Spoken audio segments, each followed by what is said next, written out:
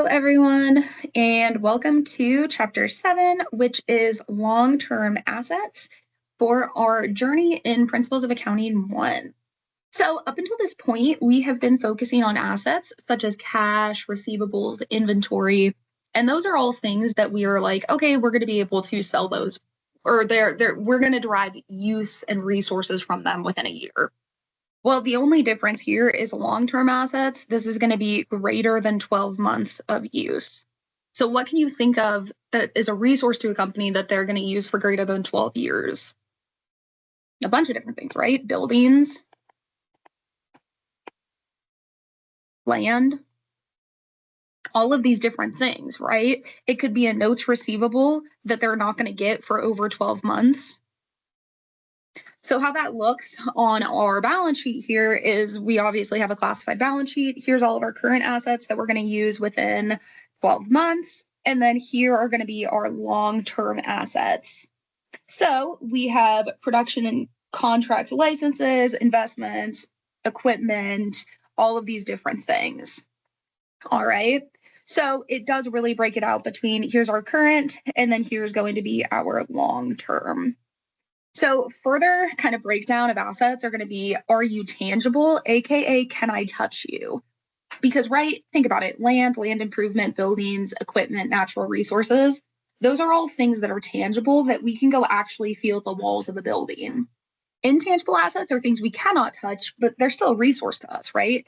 Patents, trademarks, copyrights, franchises, and this funny thing called goodwill that we'll talk about later.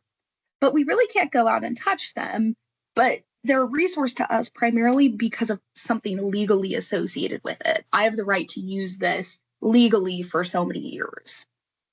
Okay, so we're going to focus on tangible assets first. And in order to calculate how much you capitalize on your books, and capitalize is going to mean asset increase. So when you capitalize something, you're increasing the asset of it. Typically, it's not just going to be for the purchase price of the asset. That's the first part of it. But we also say that we are going to add any expenditures necessary to get the asset ready for its intended use. So if you think about it, say you buy a new house, but you have to completely redo the insulation in the house before it's move-in ready. Well, the asset that you now have is, yes, the house plus all the new insulation that you had to do to get it ready for its intended use. Okay. So again, if you didn't need to do that to get it ready for its intended use, then we wouldn't capitalize it. But if you need to get it ready for its intended use, we include that in our cost of our asset. So, and why this also is going to be important is because this is going to feed our journal entry for how much we actually increase the asset by.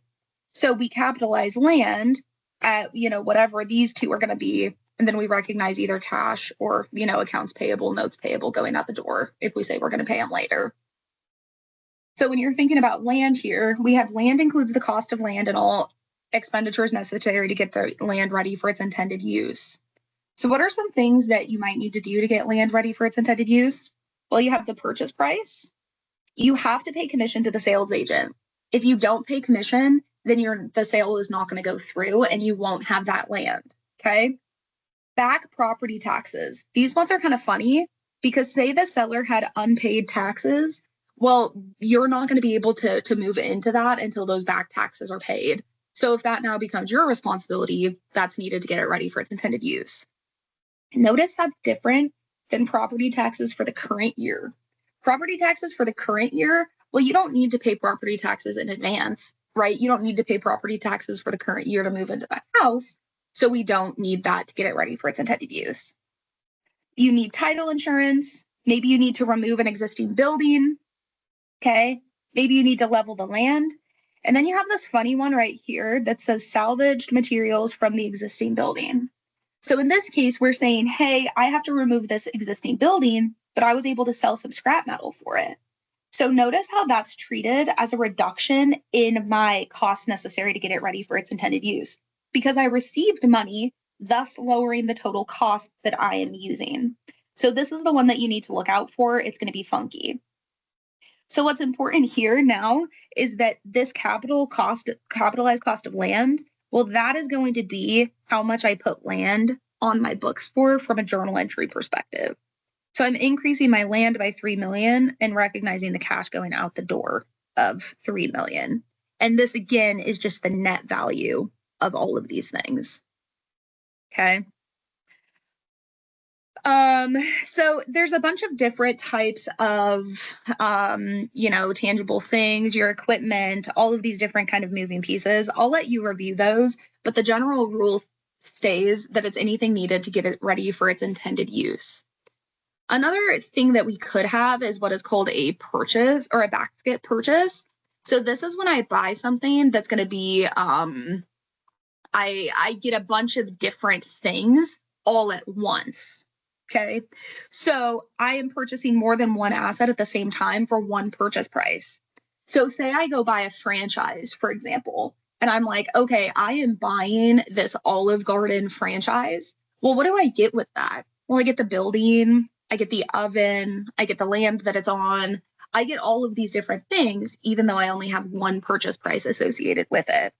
So we are going to allocate that one total purchase price based on the relative fair values of the individual assets. So how does this shake out? It's going to be exactly like what I said. Olive Garden purchases land, building, and equipment together. So they're just buying a restaurant, okay? And they're going to purchase it for $900,000 total. Now we know we allocate the purchase price based on relative fair values. So I see that my land, my buildings, and my equipment have relative fair values. So I'm going to write fair value over here of 200,000, 700,000, and 100,000. So how much good stuff are we getting? Well, we're getting good stuff of 1 million, right? I'm getting assets of 1 million, but I'm only paying 900,000. So I'm going to allocate, right, the relative fair value based on the total fair value. So what that means is I'm going to have my 200,000 divided by 1 million. I'm going to have my 700,000 divided by 1 million. And I'm going to have my 100,000 divided by 1 million to get allocation percentages of 20, 70, and 10 respectively. So what does that tell me, or what does that allow me to do? Well, now I get to say, well, what is my total purchase price? So I'll say purchase price here. Well, it's going to be the same for all of them. It's 900,000. Okay. So all I do to allocate this relative fair value is multiply it by my total purchase price here. So the recorded amount, okay, is going to be land gets 180,000 of this total. My buildings get 630, and my equipment get 90. Geez, sorry if I can do math here. So now I have a recorded of the total 900, and I have allocated out the million fair value. So why is that important? Well, because when I put this on my books, I'm going to say my land, yeah, I had a fair value of 200, but I only recorded at 180 because that's the allocation of the fair value. Yeah, my buildings, okay, they're worth 700,000. I record them at 630. Same thing with equipment here, 90,000. And I recognize that I pay cash for this transaction of 900,000. Okay. So next, we're going to talk about intangible assets super quick, which are going to be patents, trademarks, copyrights, franchises, and this funny one called goodwill. So we have to break intangible assets out between, am I purchasing an intangible or am I developing it internally? Okay, because those are going to be different. So if I purchase an intangible, this is me saying I'm going to go buy a franchise. I'm going to go buy a Crumbl cookie. Okay, so I'm going to record the cost to purchase that Crumbl cookie franchise at its original cost plus anything needed to get it ready for its intended use. That's just like my tangible assets. But my intangible assets that are developed internally, well, there I'm going out and I'm researching and I'm trying to develop a product, right? But I don't really know what research is going to come to fruition. I don't know what I'm doing right now that is going to actually benefit me in the future. So a lot of the times when I'm internally developing things, I am expensing that through my income statement. I don't really get to put too much on my books for it. Okay. So again, that's that concept of research and development. I really don't get to capitalize it as an intangible asset on my balance sheet. I'm going to report it as an expense. Because think about a company like Apple that does a ton of different research and development. Well, yeah, they're always going out, scoping new markets, trying to decide, right, the best product to produce, but they don't know what's actually going to come to fruition. Maybe Apple has researched trying to, you know, sell newspapers or something, and you're like, well, that doesn't even sound at all like what Apple does. And it's like, well, yeah, because they researched it and they decided that that wasn't probably a good idea and wouldn't help their business, so we don't put it on an asset or as an asset on our books for that reason. Similar with advertising, think about the journal entries we've booked. We have advertising expense and cash. Okay, so we never get to capitalize advertising because we don't know what advertising is going to actually bring in new customers. So I'll let you guys review the patents, copy marks, trademarks, and franchises. And then last thing we're going to talk about here quick is this concept of goodwill. So goodwill is always recorded with a purchase of another business. So a company is going to acquire another company. That's the only time that you will generate goodwill. So a lot of companies don't have goodwill on their books. That should make sense. Not every company goes out and purchases other companies. Okay. So I want you to think about what goodwill means. And really, I want you to think about a company here in town. So think about Laszlo's, for example. Laszlo's is a business. I don't know. They have a couple of different locations in town. And I would say it's like a respected business. It's a Lincoln owned business. And people go to Laszlo's, right? So if the owners of Laszlo's decided to sell, do you think, right, that they would only sell their business for the cost of the ovens and for the land and the building that it sits on? Well, no, of course not. You're going to pay more than just the cost of the net assets, right? Because there's something kind of intangible that we can't really touch that we call goodwill, that we're saying people go to that business and that has value. So in this case, Allied Food acquires Ritz Produce by paying $36 million in cash. The fair value of Ritz's produce's identifiable assets and liabilities are as follows. So I'm going to ask myself, what good stuff am I getting, right? And what liabilities am I assuming? Because when I purchase a business, like, yes, I get their accounts receivable and I get their equipment and stuff, but I also have to pay their vendors for the AP for all of the inventory that they bought that I am now getting, right? So I don't only get the good stuff, I also absorb the liabilities as well. So the best way that I suggest to do this, you could do it a couple of different ways, okay? But what I always like to do is I like to say, just book the journal entry because we should be pretty comfortable with what's going on. So the first thing I ask myself, throwback to the beginning of this class, is does cash change hands? Well, yeah, it does. I'm paying $36 million in cash for this purchase, okay? What am I getting when I pay this cash? Well, I'm getting accounts receivable of 10, I'm getting equipment of 32, and I'm getting a patent of 8. All I've done is pulled through. So I have 50 million bucks of assets that I'm getting over here. So now I'm saying, what else am I absorbing? Well, I also need to pay their vendors their accounts payable, and I have a notes payable of 15. So how many debits versus how many credits do I have? Well, I have total debits over here of 50, but I have total credits of 15 plus 9 plus 36 is 60. So my debits don't equal my credits, and I only have 50 debits over here. So I know I need a plug figure of 10 to get this journal entry to balance. And that is going to be what we call goodwill. So because I'm paying 10 million bucks over the fair value of the things that I'm acquiring, I get to increase my asset of goodwill by 10. Okay. So keep that in mind as you go through these. Last thing that I want to talk about here quick before we end the video is going to be Well, what happens after a business acquisition? Well, a lot of the times you're going to have to like generally take care of that asset, right? So think about you personally. You buy a car, well, you're probably going to have to get your oil changed. Okay.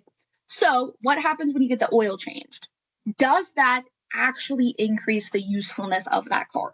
Does it extend the period of time you're going to be able to drive that car for? Well, no, probably not, right? All you've done is maintain its current level of operating. So you have to ask yourself for expenditures after acquisition, am I capitalizing it because it benefits future periods, or am I expensing it because it really only benefits the current period? Okay. So future periods is going to be if I put a new transmission in my car. Okay. Because if I put a new transmission in my car, maybe I get to drive that car for another 3 or 4 years. Versus if I just get an oil change, I don't get to drive that car for 3 or more years. All it did was maintain the current level that it's operating right now. Okay. So think about it when we go through these 4 examples. Repairs and maintenance, the definition is maintaining a given level of benefits. Well, think about repairs and maintenance, right? In this, I'm maintaining just a given level. All that's really benefiting me is the current period over here. So if it's only benefiting the current period, I'm going to expense that in my income statement. So I'm going to have an expense for my oil change, and I'm going to have my cash going out the door. So repairs and maintenance are making major repairs that increase future benefits. Okay, I've put a new transmission in my car. Well, now I get to drive that car and I've benefited my future self. So I get to capitalize that. So instead of recognizing an expense here, I get to hit my car account and increase that asset for the amount that I have now paid for that new transmission. What if I add a new major component? Well, yeah, say I am, a company and I expand my plant. Well, that's going to benefit me in the future, right? Now I can produce more products on a go forward basis. So I get to capitalize that. Here, I replace a major component. So instead of adding a new component, I go in and I strip out a part of a building and I completely replace it. Well, that's going to benefit me in the future. It's the same exact thing. So I get to capitalize. And then legal defense of intangible assets. So if you successfully defend, okay, so I'm going to write this successful defense. If you have successful defense, then you actually get to capitalize the cost of your legal expense, okay? But if you are unsuccessful, so you do not successfully defend your patent, then you have to expense it. So kind of some funny rules related to these intangible assets. So next video, we're going to talk about depreciation and amortization. So I will see you guys then. Let me know if you have any questions.